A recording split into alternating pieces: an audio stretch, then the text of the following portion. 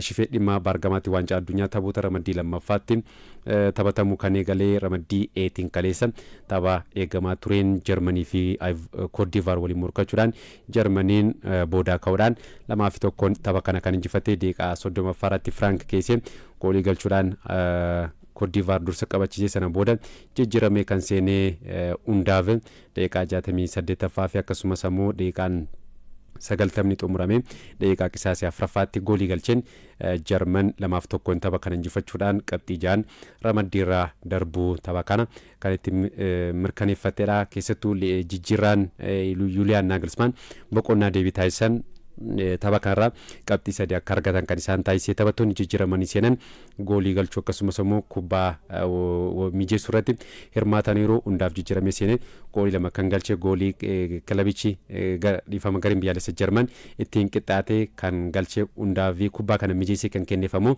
isa waliin jijjiiramee kan seenee Amrii qindoomin isaan mul'isan keessattuu Nimeechaan filannoo jalqabaatiin kan seenee daqiiqaa xumuraa irratti akkaataan taphattoota gidduu kubbaa loosee Hundaaf kennee gareen biyyaalessaa Jarmanii daqiiqaa 65 booda jijjiirama guddaa taasisuudhaan qabxii barbaadu 3 kaleessa Cote d'Ivoire fudhachuudhaan marsaa taanuuf darbuusaa mirkaneeffateera.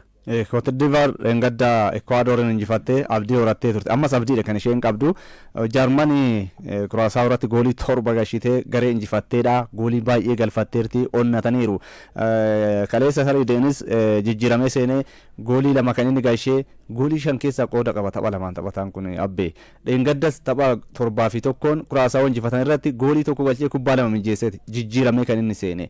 Kun tariiti Gaardi Muller bara 2002 riikardii erga seenaa akkasii galmeessiti as tapha lama irratti goolii 5 keessa taphataa hirmaate kan jalqabaati.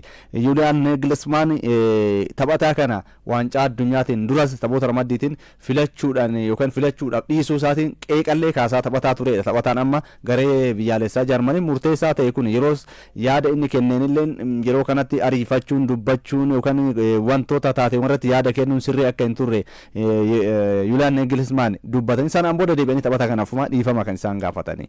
Amma taphataa murteessaan garee biyyaalessaa Jarmanii taphataa kana ta'eera Deenis Hundaafi. Taphataa tarii lammii idda Tarkii qabudha.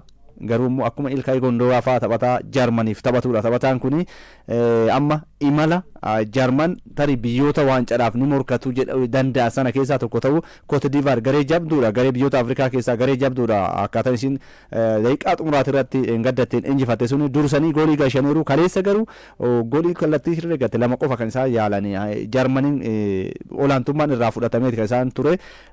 Taphattoota qabaniin kan ilaaltu ta'e Jarman filannoo qabaniin amma Jamaal Musiyaala fa'aa jijjiiranii kan isaan baasanii Lawree isaanii jijjiiranii baasanii taphattoonni akka Pavlovic fa'aan Imeechaan fa'aan taphattoota immoo haaraa dhufaa jiran ta'uusaa Jarman abdii akka qabaattu waancaa addunyaa kana isaan taasise marsaa itti aanu darbaniiru tapha kaleessaa kanaanii gama Cote d'Ivoireetiin tariitii erga goolii galchaniin booda itti fusiifachuudhaaf qabxii eegsifachuudha. Inumaa gooliin warri Jarman galchee boqonnaadhaan dura 2 jalaa haqamtee tokko goolii eegarratti balleessaa raawwatame jedhame kan Kai Havertz taphattoonni kunneen balleessaadhaan yookaan taphaan alaan gooliin kan isaan jalaa haqamte malee Jarman kaleessa Cote d'Ivoire irratti akkuma Kuraasaa goolii dabaluudhaaf kan isee yaaltee turte. Sara fuulduraa jabaa akka qabdu kan itti mirkaneeffatteedha.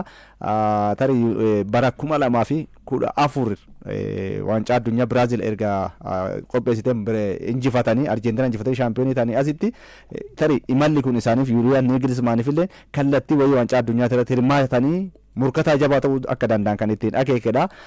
Gama biraatiin Cote d'Ivoire engadda qabxii 3 argatte san kaleessa osoo dabalte yoo xinnaatu osoo qixa baate ta'e carraan isheen marsaatti aanutti darbuudhaaf qabdu kaleessa abdii toora ture. Ammas abdiidha qabdi.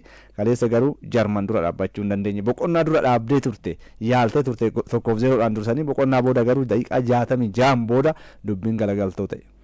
Keessattuu carraa guddaa argatan taphattoonni Cote d'Ivoire 1-0 yeroo dursaa turan goolii dabalataa galchuudhaaf carraa guddaa argataniitti kan turanii Adingra kubbaa Nicolas Pepe jijjiiramee seenuudhaan kenneefi Silaasootti fayyadameeti ture 2-0dhaan taphicha kan galchu osoo ta'e taphni kun qabxiin tapha kana ta'uu dhiisuu danda'a kan ture. Frank Keeseenis garichi 2-1-0dhaan yeroo dursaa ture innis sarara penaaltii keessatti kubbaa Amad Diallo mijeesseef osoo hin galchiin kanaaf carraa guddaa irra deddeebiidhaan argatan sana itti fayyadamuu hin dandeenye. Taphattoonni tapha kanaan eegamaati turan Doomandee fi Amad Dialloon boqonnaa duraa fi boqonnaa deebii ga'umsa garaagaraati kan isaan mul'isanii. Doomandeen boqonnaa dura sochii bayeessa kan mul'ise kubbaa goolii galeerree ka'umsiisaa taphataa kana kan ture goolii Frank Keesee galche qarqara inni ittiin taphatuun gara Koodivaartiin taphachaa tureen qarqara bitaatiin ga'umsa addaa mul'isaati kan ture.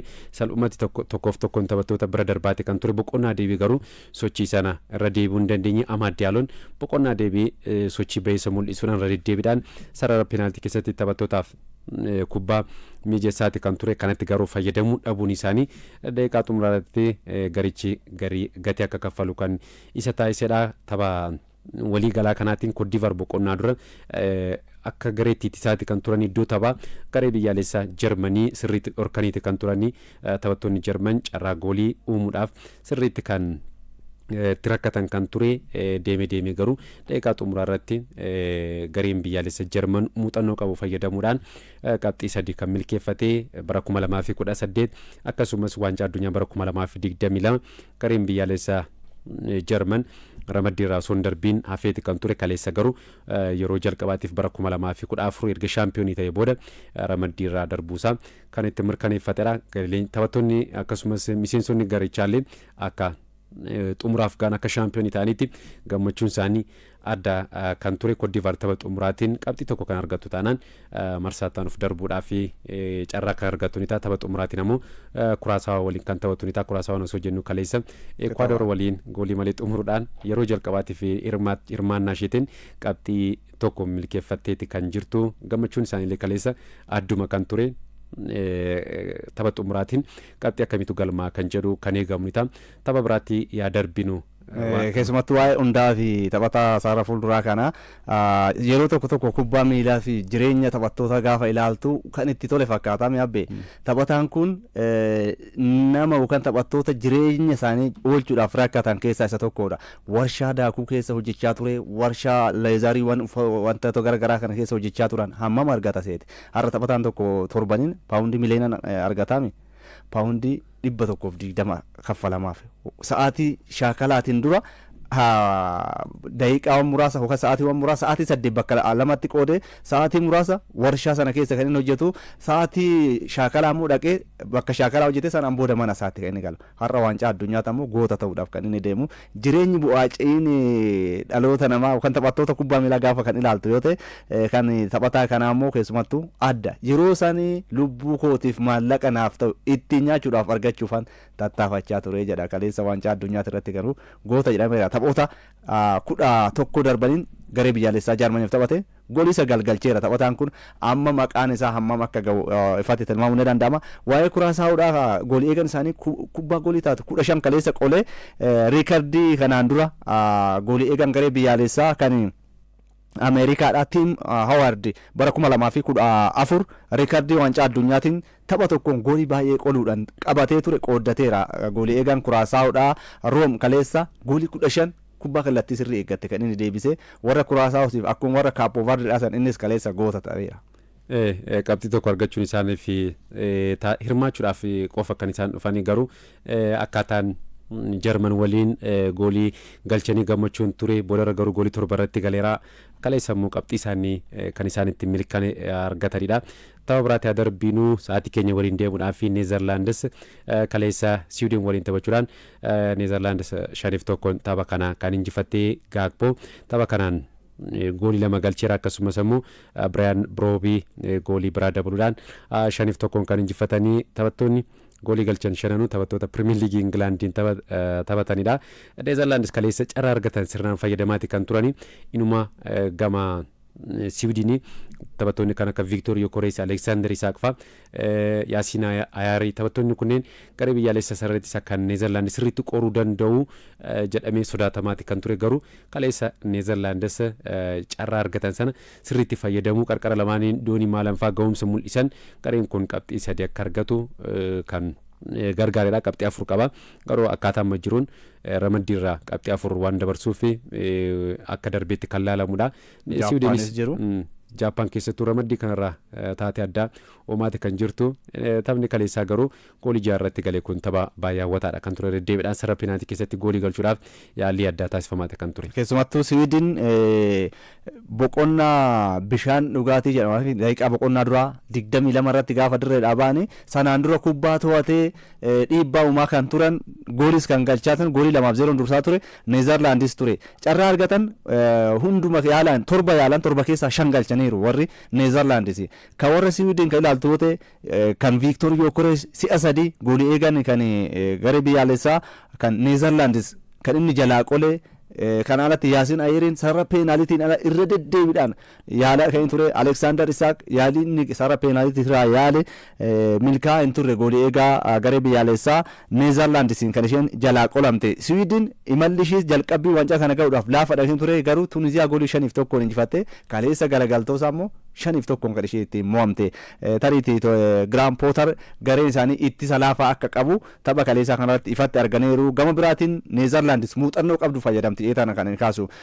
Ronald Koeman jijjiiranii taasise mataasaa Sumarviilin jijjiiramee seenee kubbaa tokko mijeesse goolii tokko kan inni galchee jijjiirraa akkamii akka ta'e jijjiirraa bayeessa kan alatti Memphis Depay jijjiiramee seenee kubbaa tokko mijeesse kan inni kennee Koodii Gaakpoon boqonnaa booda goolii 2 galcheera filannoo taphattoota sarara fuulduraatti illee kan ittiin argate jedheen kaasa. Taphataa Saandarlaandi kun namuu kanaan dura hangas mara taphataa hin beeknedha. Kaleessa garuu goolii 2 galchee Neezerlaandis akka dursitu kaaseera. Tariitii imala baay'eessa Neezerlaandis bara kanaa ta'uu dandeetti onnachiisuu danda'a sarara ittisaa isaanii yoo kan fooyyeffatan ta'e.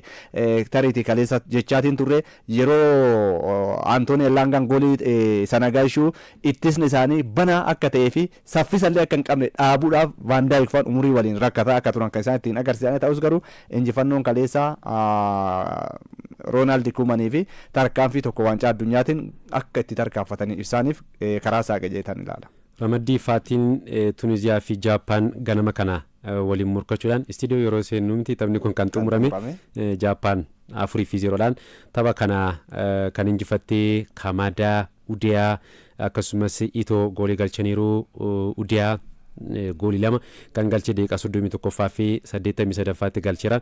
Taphataan Crystal Palace Kamadaa tapha darbeenis yeroo Neezerlaandis waliin 2 qixa bahan goolii galcheeti kan ture kaleessas ganama kanas goolii galcheera. Jaappaan qabxii 4 kan qabdu garee biyyaalessa addaati jechuun ni dandeenya muuriyaasuudhaan gareen durfamu kan Jaappaan kuni bakka buutuun Afrikaa Tuniziyaan taphoota 2 ramaddii taphatte lachanuu walitti aansitee mo'amuudhaan dorgommii keessaa ba'uushee kan itti mirkaneeffatteedha. Tapha xumuraatiin sagantaa taphaa guutuudhaaf injifannoo jalqaba waancaa addunyaatti kanaatiin galmeessuudhaaf qabxii 3 argattee dorgommii keessaa ba'uudhaaf qofa sagantaa guutuudhaaf qofa kan taphattu ni ta'a. Waancaan addunyaa kun arrasitti fudhaan Ispeenii fi Saawud Arabiyaan galgala isaa tokkorraa eegaluudhaan kan waliin morkatan ni ta'a.